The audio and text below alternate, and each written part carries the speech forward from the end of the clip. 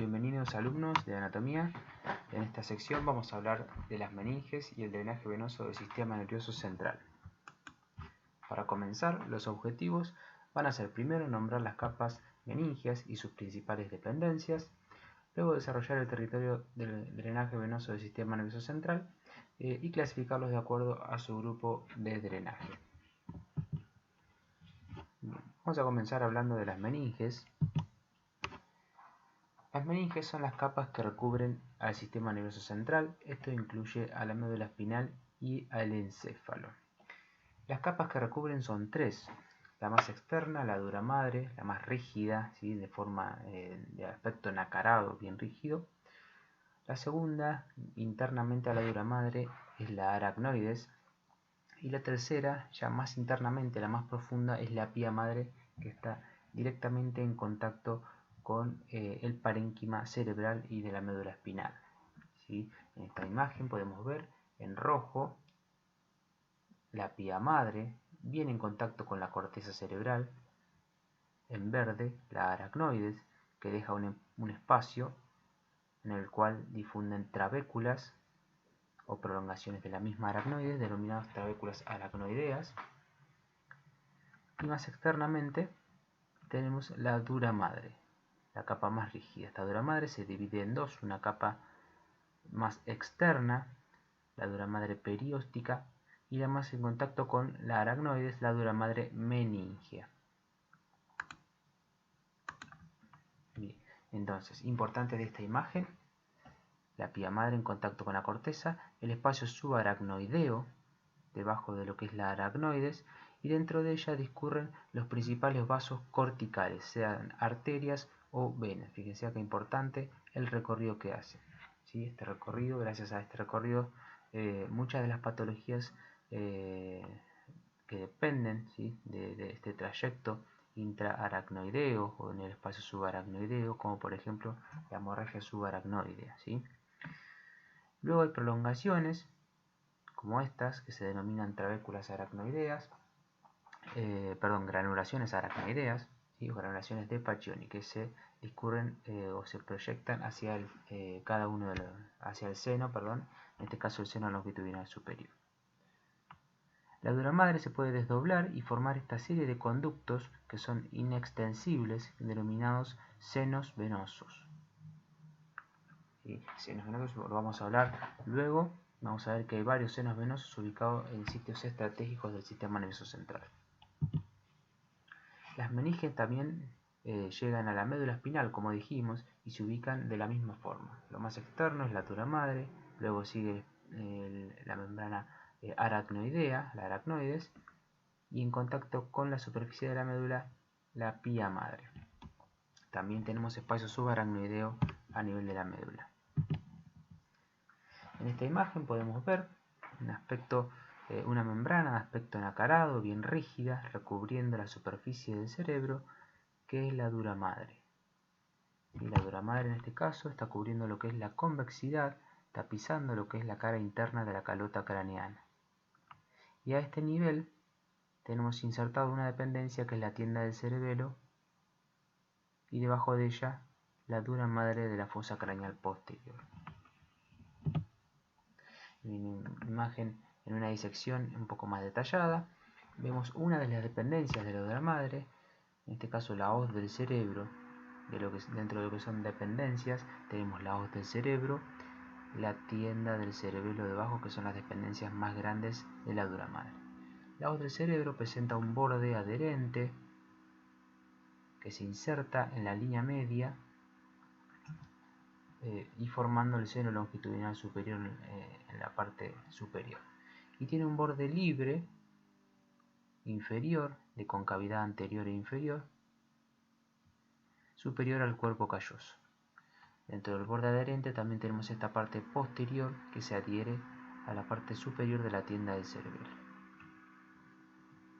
En esta imagen de la derecha podemos ver un corte coronal, en el cual vemos el borde adherente de la tienda, de la hoz del cerebro, con el seno longitudinal superior, el borde libre hacia adelante y el borde adherente hacia la tienda del cerebelo. El segundo componente, la segunda dependencia, es la tienda del cerebelo. Entonces, acá lo vemos de perfil, en el cual presentamos el borde adherido a la hoz del cerebro, un borde libre que deja un foramen, un espacio por el cual discurre el tronco del encéfalo, y el borde adherente hacia los laterales que presenta el seno transverso. En esta imagen también cadavérica, con inyección, vemos a la hoz del cerebro con su borde adherente, su borde libre y las relaciones cerebrales que presenta. Por ejemplo, hacia abajo, hacia inferior, el cuerpo calloso. Es importante entonces que la hoz del cerebro, en el espesor de su borde adherente, tiene al seno longitudinal superior, que luego lo vamos a desarrollar con más detalle. Y dentro de lo que es la irrigación de las meninges, lo importante que sepan ustedes, básicamente que depende de arterias denominadas arterias meningeas. Entre de ellas, la más importante es la arteria meningia media, que ya lo habrán visto como rama de la arteria maxilar en la fosa infratemporal, y es la arteria que se encarga de la mayor parte de la irrigación de la capa meningia, en este caso la dura madre. En la fosa craneal anterior podemos encontrar ramas de las arterias etmoidales anteriores, como lo vemos aquí. En la parte media, la arteria meningia media, con sus ramas anterior y posterior, irrigando casi toda la convexidad, la dura madre de la convexidad. Y en la fosa posterior, pequeñas ramas meningias que van a depender de las arterias faríngea ascendente, de las arterias occipitales y de las arterias vertebrales. Seguimos con el drenaje venoso del sistema nervioso central y lo vamos a dividir en tres. Un drenaje supratentorial, superior a la tienda del cerebelo, un drenaje infratentorial o drenaje de la fosa posterior y el drenaje de la médula espinal. Vamos a abocarnos más al drenaje supratentorial y brevemente vamos a detallar estos dos drenajes. El drenaje venoso supratentorial podemos dividirlo en venas cerebrales superficiales, dentro de los cuales tenemos el grupo sagital superior, que como su nombre lo indica, va a ser aferente del seno longitudinal superior o seno sagital superior. El segundo grupo es el grupo esfenoidal, cuyas venas van a ser aferentes al seno esfenoparietal. El tercer grupo es el grupo tentorial, cuyas aferencias van a drenar en las cercanías de lo que son el seno transverso y el inicio del seno sigmoideo, en un confluente venoso a la altura de la tienda del cerebelo. Y tercero, un grupo falcial que va a drenar en los senos de la hoz del cerebro. En este caso, los senos longitudinal inferior y seno recto y la confluencia de los mismos.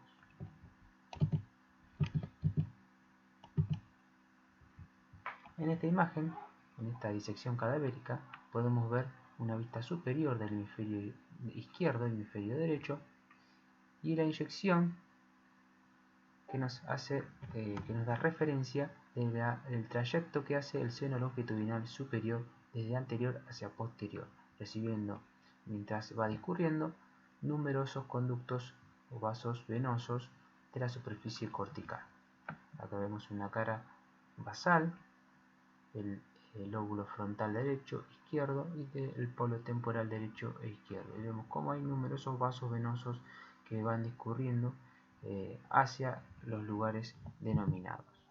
Aquí una cara ventral de lo que es el lóbulo temporal con numerosos vasos venosos también inyectados que vamos a detallarlos a continuación. Y la cara medial del cerebro en el cual vemos detalladamente aquí los vasos venosos que van a terminar en el seno recto a través de la vena cerebral madre. Vamos a ir detallando cada uno. Hablemos primero del seno longitudinal superior. Este seno discurre por la línea media en el borde adherente de la hoz del cerebro, de anterior a posterior, para terminar en lo que es la tórcula o la confluencia de los senos en su unión con los senos transversos. Mientras va discurriendo, recibe numerosas venas a nivel frontal, a nivel parietal y luego occipital, que tienen la denominación de los mismos lóbulos, ¿sí? Venas frontales, venas parietales, etc. Característico, a medida que transcurre, hay ciertas dilataciones denominadas lagunas venosas, como las que vemos aquí en este sector. El seno longitudinal inferior se encuentra en el borde libre de la hoz del cerebro, discurriendo de anterior hacia posterior, y se relaciona inferiormente con el cuerpo calloso. Este seno longitudinal inferior, que lo vemos aquí, o seno sagital inferior, va discurriendo hacia posterior para unirse a la vena cerebral magna o de Galeno y formar luego el seno recto, que va a desembocar en la tórcula o la confluencia de los senos. El seno recto entonces se forma por la unión de la vena cerebral magna o de Galeno, ubicado aquí en la cisterna cuadrigeminal, y la unión con el seno longitudinal inferior, que lo habíamos nombrado en las diapositivas previas. Este seno recto tiene una dirección oblicua de anterior a posterior y de superior a inferior en la línea media en la inserción de la hoz del cerebro sobre la tienda del cerebelo, para terminar en la confluencia de los senos, ubicado a la altura de la protuberancia occipital interna, para luego dividirse en los senos transversos o senos laterales. En esta imagen cadavérica, en la vista posterior, tenemos a la hoz del cerebro, la tienda del cerebelo y un corte a nivel del atrio ventricular. Y vemos cómo el seno recto, con su dirección oblicua de anterior a posterior y de superior a inferior, va a terminar en la tórcula para formar el seno transverso o seno lateral. El seno transverso o seno lateral entonces se origina en la confluencia de los senos en la tórcula, y de allí hacia el lado izquierdo y hacia el lado derecho va a recorrer la inserción de la tienda del cerebelo, para ir a formar en última instancia el origen del seno sigmoideo, tanto izquierdo como derecho. A medida que va discurriendo, va recibiendo pequeños vasos venosos en relación con el lóbulo occipital y con los hemisferios cerebelosos. En esta otra imagen vemos el seno transverso en el borde adherente de la tienda del cerebelo. El seno cavernoso es un seno ubicado a los costados de la silla turca, a los laterales, en inmediata relación con la glándula hipófisis. No solamente con esta, sino que se relaciona con ciertos nervios craneales que vamos a ir nombrándolos, y tiene una gran importancia clínica y clínico-quirúrgica. En esta imagen podemos ver el nervio óptico, las arterias carótidas intracerebrales, el nervio oculomotor, derecho e izquierdo, el nervio troclear, el nervio trigémino con su ganglio y con sus 3 ramas, y el sexto par craneal aquí en la parte inferior. El seno cavernoso se relaciona prácticamente con casi todas las estructuras que nombramos y tiene su mayor relación en la pared lateral. En esta imagen, esta vista en preparado cadavérico es una vista lateral de la región del seno cavernoso. Esto es anterior, posterior, superior, inferior, nervio óptico, arteria carótida intracerebral, y aquí vemos al nervio oculomotor, al nervio troclear, el ganglio trigeminal, el nervio oftálmico, maxilar y mandibular, todos ubicados a nivel de la pared lateral del seno cavernoso.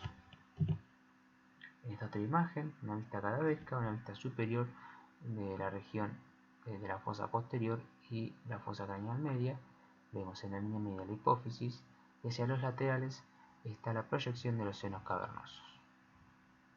Vemos cómo se relaciona con el nervio oculomotor en esta imagen. Para detallar mejor lo que son las relaciones del seno cavernoso, tenemos este corte coronal, de manera que es importante detallar que el seno cavernoso contienen su pared lateral al tercer par craneal o nervio oculomotor, al cuarto par o nervio troclear, la primera rama del nervio trigémino o nervio oftálmico, y algunos autores incluyen a la segunda rama del nervio trigémino o nervio maxilar. Algunos lo incluyen, otros no. Importante destacar que dentro del seno cavernoso va a discurrir la arteria carótida interna porción intracavernosa junto con el sexto par craneal o nervio motor ocular externo o nervio abducens. Hacia la línea media o hacia medial, el seno cavernoso se relaciona con la glándula hipófisis. Y hacia inferior con el seno esfenoidal. El seno petroso superior es un conducto venoso ubicado en el borde superior de la porción petrosa del hueso temporal. Lo ubicamos también en la inserción de la tienda del cerebelo a nivel de ese mismo borde, discurriendo desde el seno cavernoso, la parte anterior, hacia la terminación del seno transverso u origen del seno sigmoideo. El seno esfenoparital, ubicado en el borde del ala menor del hueso esfenoides, discurriendo de lateral hacia medial, como lo vemos aquí en esta foto, para terminar en el seno cavernoso. En esta misma imagen, preparado cadavérico, lo tendríamos ubicado en este sector, en el borde del ala menor del esfenoides. Superficialmente, también tenemos lo que se denominan venas anastomóticas. Estos ya no son senos venosos, sino que son venas como el resto del cuerpo. Estas venas anastomóticas recorren la superficie del cerebro, o sea, la superficie de la corteza cerebral, y son básicamente tres. La vena anastomática superior, como vemos en esta imagen aquí, uniendo el seno longitudinal superior con las otras dos venas, es la vena anastomática superior o de Trollard. La vena anastomática inferior o de la B, que en este dibujo lo vemos aquí, yendo casi desde la terminación del surco lateral o de Silvio hacia el seno transverso. Y en este preparado cadavérico lo vemos aquí, vena anastomática inferior. Y por último, la vena cerebral media superficial o siliana superficial, que se va a originar en la unión de las dos venas anastomáticas y va a recorrer el surco lateral para meterse a la profundidad y terminar en el seno cavernoso. Y en esta imagen lo vemos aquí. Dentro de lo que son las venas corticales, entonces, importante recordar que el seno longitudinal superior se va a llevar gran parte de esa irrigación a través de todas esas pequeñas venas, tanto frontales como parietales y occipitales, en relación con la línea media. Si vamos un poco más detallados, van a recibir ciertos nombres que no es importante que los recuerden todos, pero sí que en cada región van a ir hacia el seno longitudinal superior, tanto a nivel frontal, venas frontales, como venas parietales y las occipitales a nivel cortical. Las venas que estén más cerca del seno del surco lateral van a terminar en la vena cerebral media superficial, y las venas que estén más cerca de lo que es el lóbulo temporal en relación con la tienda del cerebelo van a terminar en el grupo tentorial que nombramos hoy. En esta vista medial podemos ver lo que está pintado en azul del lóbulo frontal, el lóbulo parietal en rojo y naranja, y el lóbulo occipital en rosado, viendo todo lo que es el drenaje venoso que va a terminar en el seno longitudinal superior. En esta imagen más central, todas las venas relacionadas con el cuerpo calloso y la circunvolución del cíngulo van a seguir su trayecto acompañando a las venas pericallosas para ir a terminar en la parte posterior, en última instancia, en la confluencia de las venas que son afluentes de la vena cerebral magna o de Gallen. En esta vista inferior vemos la vena cerebral media superficial, cómo hace su recorrido por el polo temporal para terminar en el seno cavernoso. Vemos el grupo tentorial y fíjense cómo las venas de la superficie ventral del lóbulo temporal y occipital van a reunirse hacia este grupo tentorial, como lo vimos en la primera imagen aquí. Dentro de lo que son las venas profundas, tenemos dos grupos, un grupo ventricular y un grupo cisternal. Empezando con lo que es el grupo ventricular, recordemos que los ventrículos tienen varias partes. Primero el asta frontal, que lo vemos aquí, y las venas relacionadas con el asta frontal, importantes a detallar, son la vena tálamo striada, la vena coroidea superior, las venas septales anteriores y las venas caudadas anteriores. Vemos aquí una imagen del asta frontal del ventrículo lateral. Vemos la cabeza del caudado, vemos el cuerpo calloso, su parte anterior, vemos aquí el tálamo, vemos el plexo coroideo. Fíjense cómo se notan esas venas, en este caso caudadas anteriores, discurriendo por la superficie de la cabeza del caudado para ir hacia el foramen interventricular. Respecto al cuerpo del ventrículo lateral,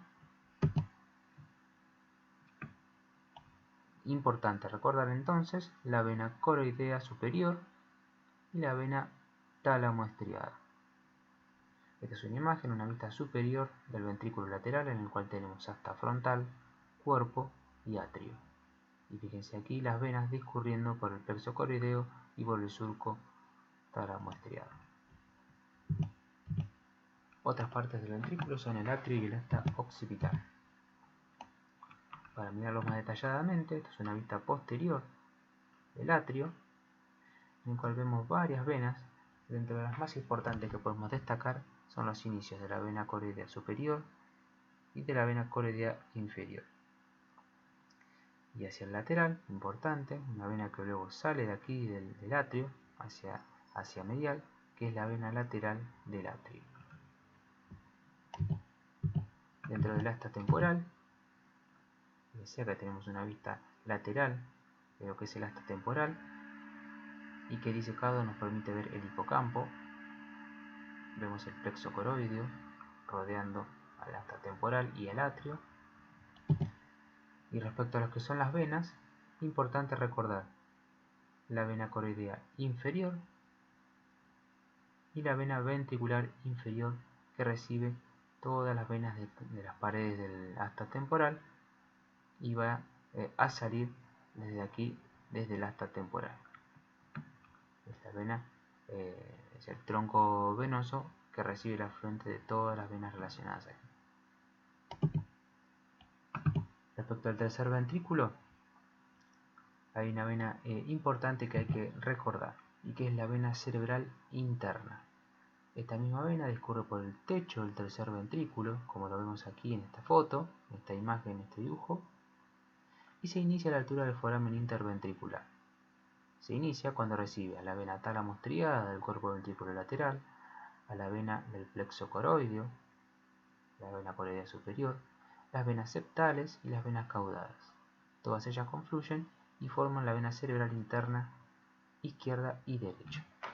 Discurre por el techo del tercer ventrículo y sale a la altura de la cisterna cuadrigeminal superior a la glándula pineal para reunirse en la vena cerebral magna o de Galeno, junto a las venas basales o venas de Rosenthal.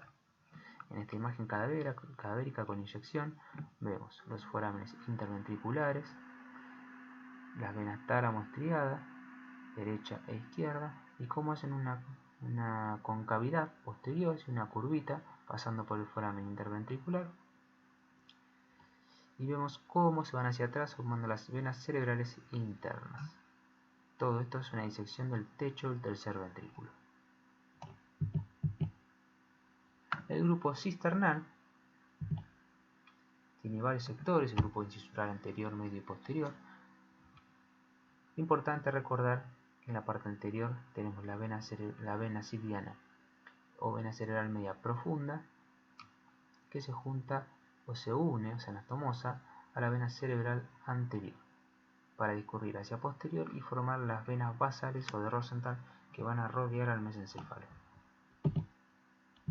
La región incisural media, entonces, importante recordar la vena basal de Rosenthal que rodea al mesencéfalo, en este caso los pedúnculos cerebrales, se va hacia posterior para reunirse en la región incisural posterior junto a las venas cerebrales internas y formar la vena cerebral magna o de Galeno. Esta vena cerebral magna o de Galeno se va a reunir junto al seno longitudinal inferior para formar el seno recto. Entonces fíjense aquí la vena cerebral magna de Galeno recibiendo varios afluentes dentro de lo que están las venas basales y las venas cerebrales internas. Respecto al drenaje venoso infratentorial, entonces, realizamos una breve descripción.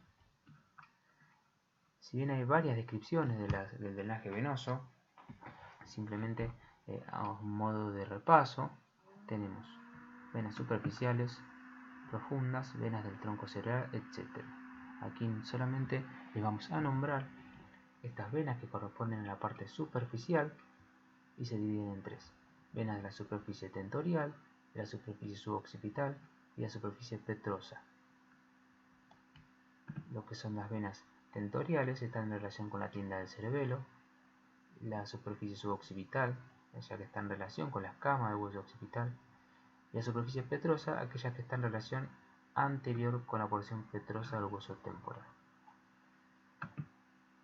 Venas importantes para recordar entonces son la vena vermiana superior, la ubicamos aquí en este sector, yendo a la vena cerebral magna de Galeno, recibiendo afluentes de toda la parte del lóbulo anterior del cerebelo y parte posterior y superior del mesencéfalo.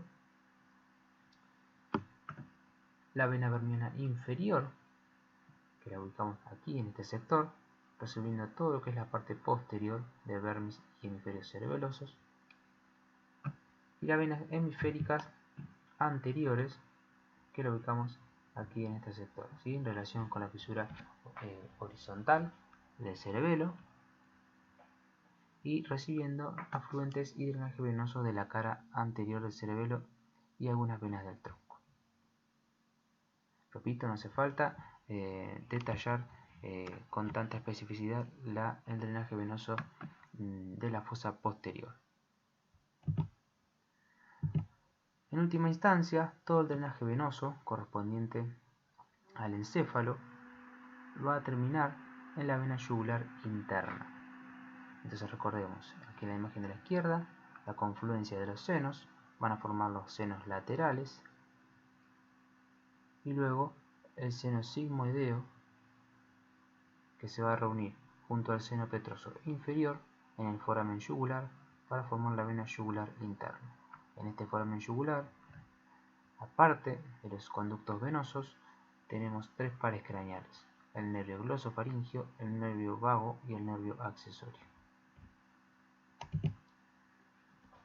Por último, el drenaje venoso de la médula espinal sigue el mismo trayecto que las arterias que lo irrigan, o más o menos parecido, ¿sí?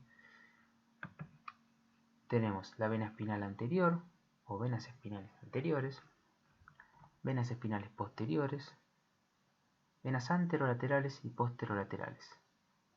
Si bien varían en número, son mayores que la cantidad de arterias, están ubicados prácticamente a las mismas alturas o con las mismas relaciones. También tenemos las venas radiculares, anteriores y posteriores, que reciben el drenaje de cada una de las raíces, y a partir de allí salen por el foramen de conjunción para reunirse junto con las venas segmentarias e ir hacia anterior para drenar en las venas ácigos o hemiácigos, en este caso a la altura torácica. Si estamos a altura lumbar va a ser lo mismo, pero con las venas lumbares. También tenemos plexos venosos, mucho más grandes, tanto vertebrales internos como externos, anteriores y posteriores. Terminamos entonces esta breve descripción de lo que son las meninges, el drenaje venoso supratentorial, infratentorial y de la médula espinal. Nos vemos en la próxima clase y cualquier duda me pueden contactar a mi mail. Muchas gracias.